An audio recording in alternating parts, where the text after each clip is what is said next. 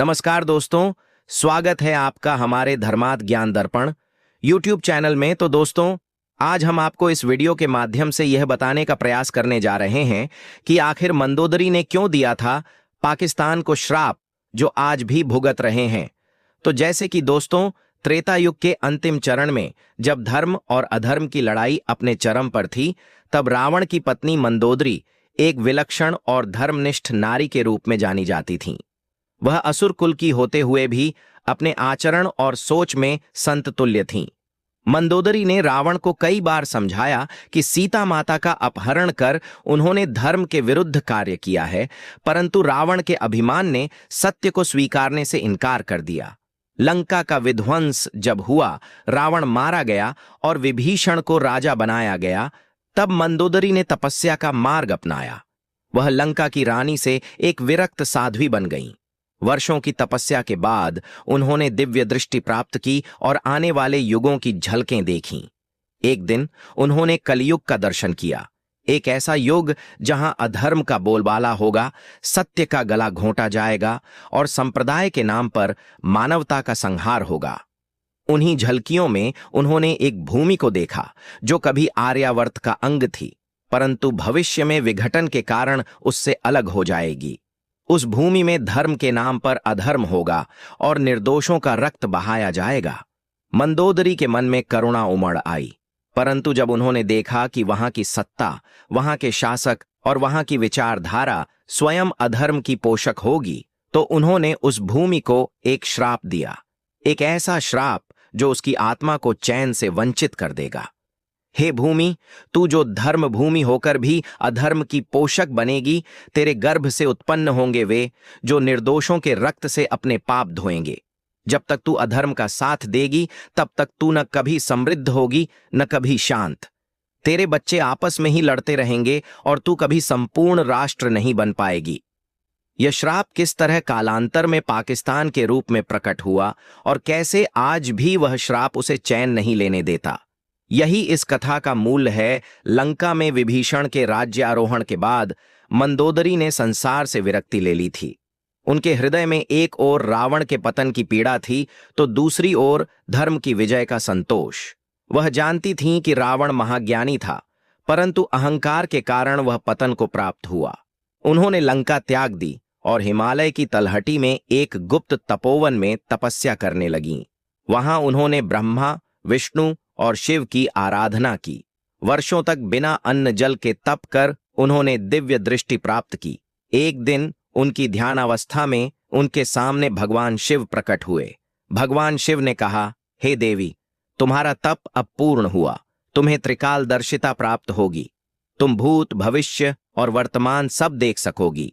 मंदोदरी ने आंखें खोलीं और अपने ध्यान से देखा कि त्रेता युग के बाद द्वापर युग आएगा और फिर कलयुग।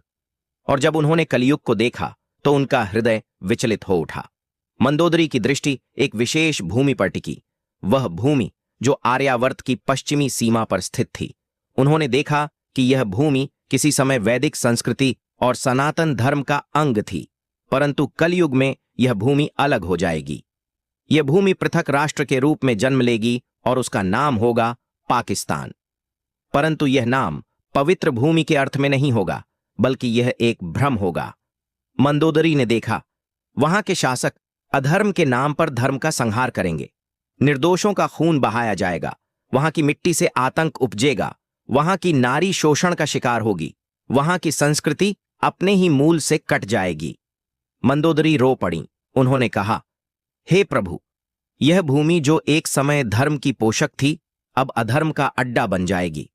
भगवान शिव ने उत्तर दिया, हे देवी, यह सब कालचक्र का भाग है, परंतु यदि तुम चाहो तो उसे एक चेतावनी दे सकती हो।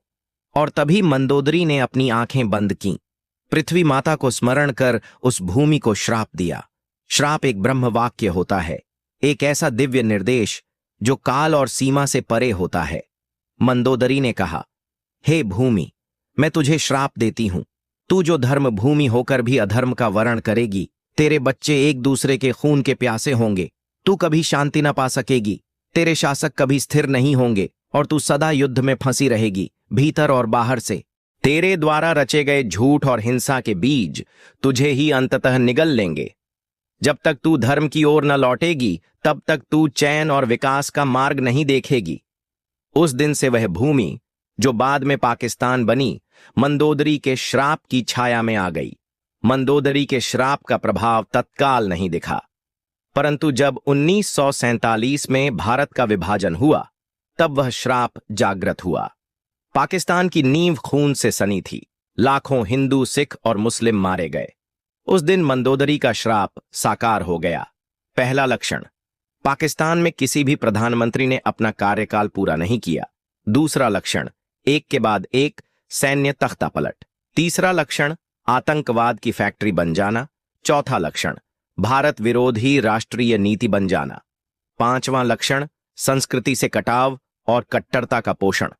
और इस सब के बीच आम जनता, जो कभी सनातन संस्कृति की वाहक थी, अब पीड़ित और भ्रमित हो चुकी थी। आज जब पाकिस्तान में आर्थिक संकट आता है, नागरिक आपस में लड़ते हैं, राजनीतिक अस्थिरता बनी रहती है, अंतर्राष्ट्रीय मंचों पर उसकी छवि गिरती है, तो यह सब मंदोदरी के श्राप की ही परिणति मानी जाती है। मंदोदरी का यह श्राप तब तक प्रभावी रहेगा जब तक वह भूमि धर्म के प्रति श्रद्धा नहीं दिखाती, अपनी मूल संस्कृति को नहीं अपनाती और अधर्म का साथ छोड़ शांति का मार्ग नहीं चुनती। पाकिस्तान की धरती, विशेषतः सिंध और पंजाब क्षेत्र, जो कभी महर्षि वेदव्यास, वाल्मीकि और आर्य सिंध की एक रहस्यमयी कथा। कराची के बाहरी इलाके में एक पुराना टीला है जिसे स्थानीय लोग रानी की समाधि कहते हैं। एक प्राचीन मंदिर के अवशेष